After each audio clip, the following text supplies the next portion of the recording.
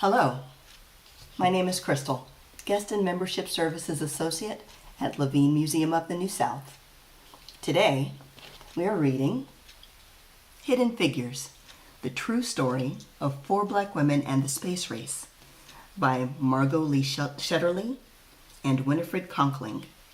Illustrations by Laura Freeman.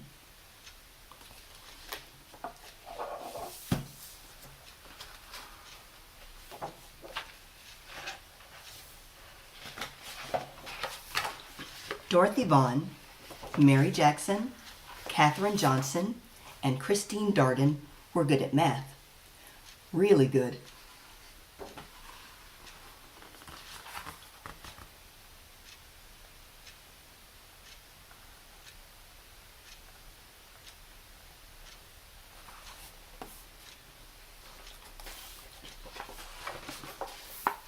In 1943, the United States was at war, World War II. Dorothy Vaughan wanted to serve her country by working for the National Advisory Committee for Aeronautics, the government agency that designed airplanes. Having the best airplanes would help America win the war. Making airplanes fly faster and higher and safer meant doing lots of tests at the agency's Langley Laboratory in Hampton, Virginia. Tests meant numbers. Numbers meant math. And math meant computers. Today, we think of computers as machines, but in the 1940s, computers were actual people like Dorothy, Mary, Katherine, and Christine. Their job was to do math.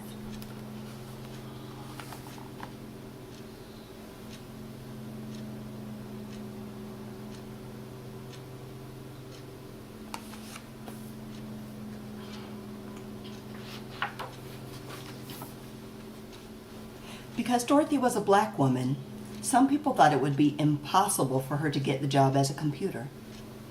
She lived in Virginia, a southern state where laws segregated or kept apart black people and white people. They could not eat in the same restaurants. They could not drink from the same water fountains. They could not use the same restrooms. They could not attend the same schools.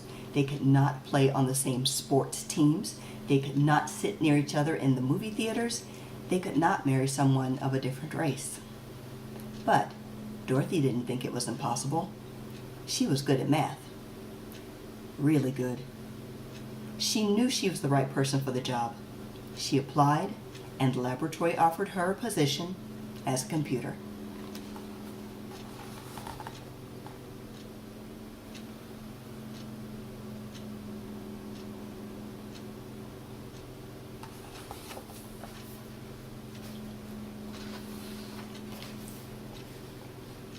At work, blacks and whites were kept apart.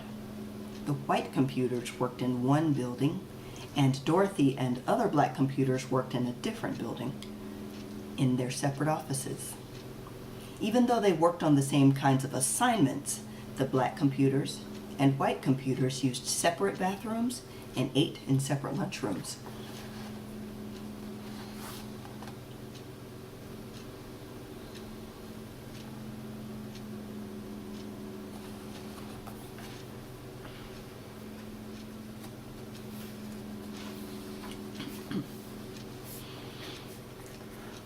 America won the war in 1945, but Dorothy stayed on the job, still trying to make airplanes safer and faster.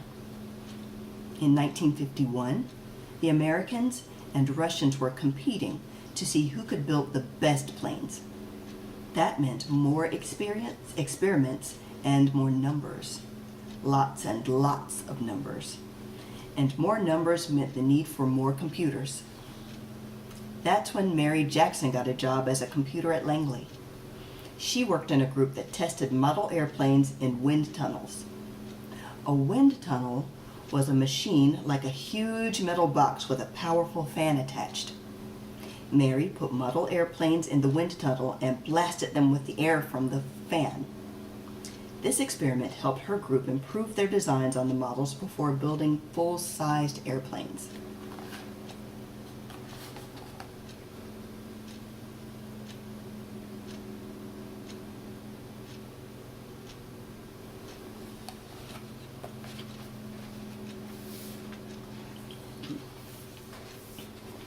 Mary wanted to become an engineer, but officials said it was impossible. Most of the engineers at the laboratory were men. And to become an engineer, Mary needed to take high-level math classes, but she wasn't allowed to go inside the building where the white school classes were taught. But Mary was good at math, really good, and she refused to give up. She got permission to enter the building and take math classes, and she earned good grades. Because she didn't give up, Mary Jackson became the first African-American female engineer at the laboratory.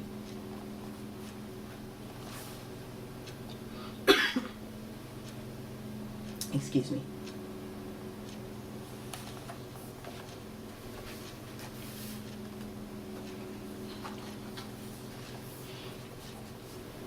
Katherine Johnson was good at math and always asked a lot of questions.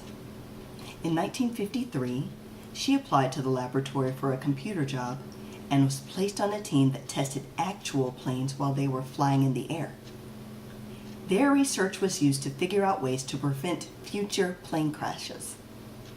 In one of her first projects, she learned how to analyze turbulence, or dangerous gusts of air.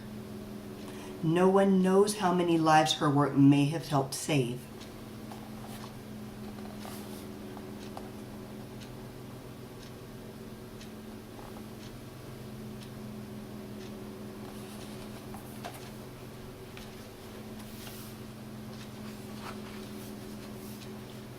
Katherine wanted to help the group prepare its research reports, so she asked if she could go to meetings with the other experts on her team. Her boss told her it was impossible. "Women aren't allowed to attend meetings," he said. But Katherine knew that she was good at math as anyone, maybe better. So she asked again. And again. And again. Katherine asked her boss so many times that he finally invited her to the meetings. Katherine was good at math. Really good. And because she fought to be treated as the same as the men, she became the first woman in her group to sign her name to one of the group's reports.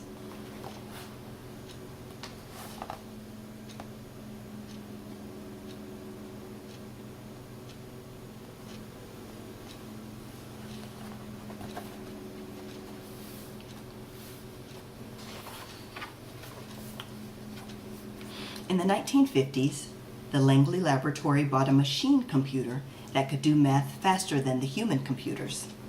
At first, these machines made mistakes. Dorothy learned how to program the machines so that they got the right answers. She taught the women in her group how to program the computers too.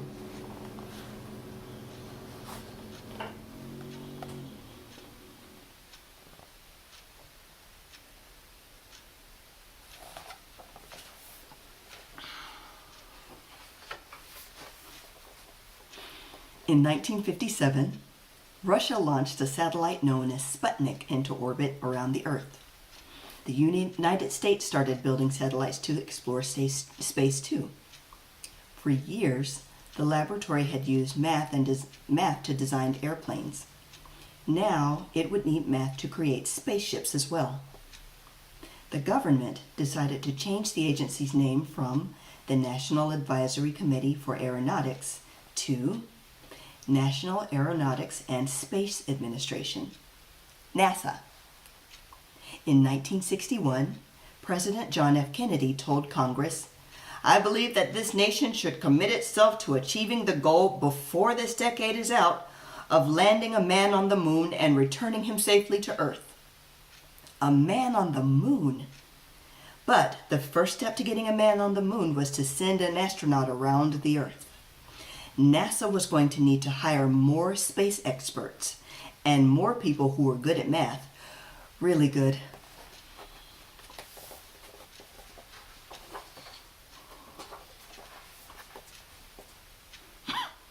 The people at the laboratory had to work together from morning to night to figure out how to send astronaut John Glenn into space and bring him back home safely to Earth. Karen Johnson knew that she could use math to help. "Tell me where you want the spaceship to land and I'll tell you where to launch it," Catherine told her boss. Catherine helped to calculate the trajectories, or pathways, that rockets traveled through space. She had to plan Glenn's exact route to take off in Florida and splash down in the Atlantic Ocean. There was no room for error. No one was better than Catherine at solving these tricky math problems. Days before his mission, John Glenn wanted Catherine to double-check the machine's computer trajectory calculations to make sure that they hadn't made any mistakes. Then, Catherine said the numbers were correct. Glenn was ready to go. On February 20th, 1962, Glenn blasted off into space, circled the Earth, and made his way home safely.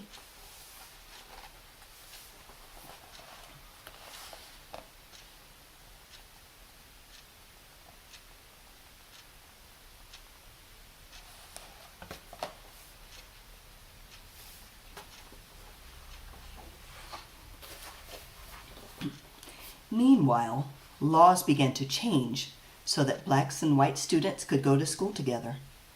Blacks fought for the right to sit beside whites on buses and to drink from the same water fountains. At the laboratory, black and white computers started working together in the same offices, eating in the same lunch tables, and using the same bathrooms. Black and white moviegoers could sit next to each other in the same theater. And across the country, people started to think about ways to bring equality to all Americans.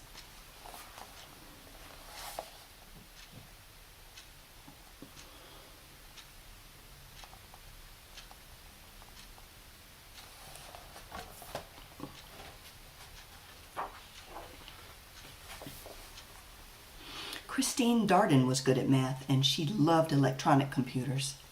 She started working at Langley in 1967. Christine wanted to become an engineer, and thanks to Dorothy, Mary, and Catherine, she knew it was possible. Eventually, she became an engineer for supersonic airplanes, planes flying faster than the speed of sound. But it was her first job to help NASA with its mission to the moon.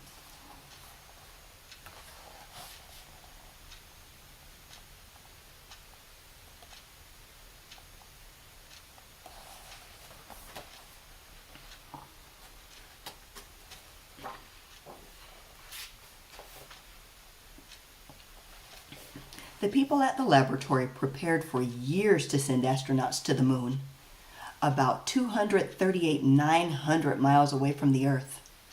Finally, on July 20th, 1969, the world watched as 3 men arrived on the moon in their Apollo 11 spacecraft. "That's one small step for man, one giant leap for mankind," said astronaut Neil Armstrong when he stepped onto the dusty surface. But it was also a giant leap for Dorothy, Mary, Catherine, Christine, and all of the other computers and engineers who had worked at the laboratory over the years. The moon landing was a success from takeoff to splashdown. But there was no time to rest. Once NASA landed astronauts on the moon, the other people at the laboratory began dreaming of sending humans to other planets such as Mars, or Jupiter, or Saturn. They started to imagine hyper-fast space planes that could travel around the Earth at 7 times the speed of sound.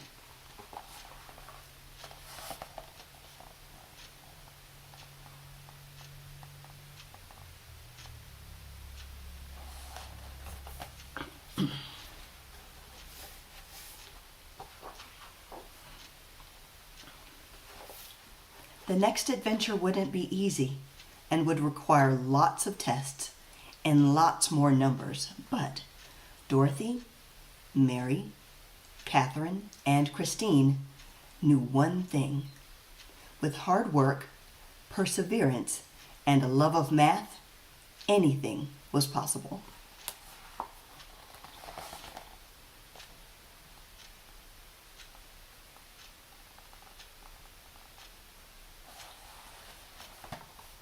Now, that is the end of our story, but there is more information in the back. On the next page, there is a timeline that shows the contribution of these ladies to aeronautics and this country. You can also learn about each one. Dorothy Johnson Vaughan, Mary Winston Jackson, Catherine Coleman Gable Johnson, and Dr. Christine Mann Darden. These women were truly remarkable. And finally, in the back, there's a glossary. So you can learn new vocabulary words about the aeronautics programs and NASA. We hope that you enjoyed our story, Hidden Figures, the true story of 4 black women and the space race. You can learn more about remarkable women just like this and others in books that are provided at the museum library. Thank you. Have a good day.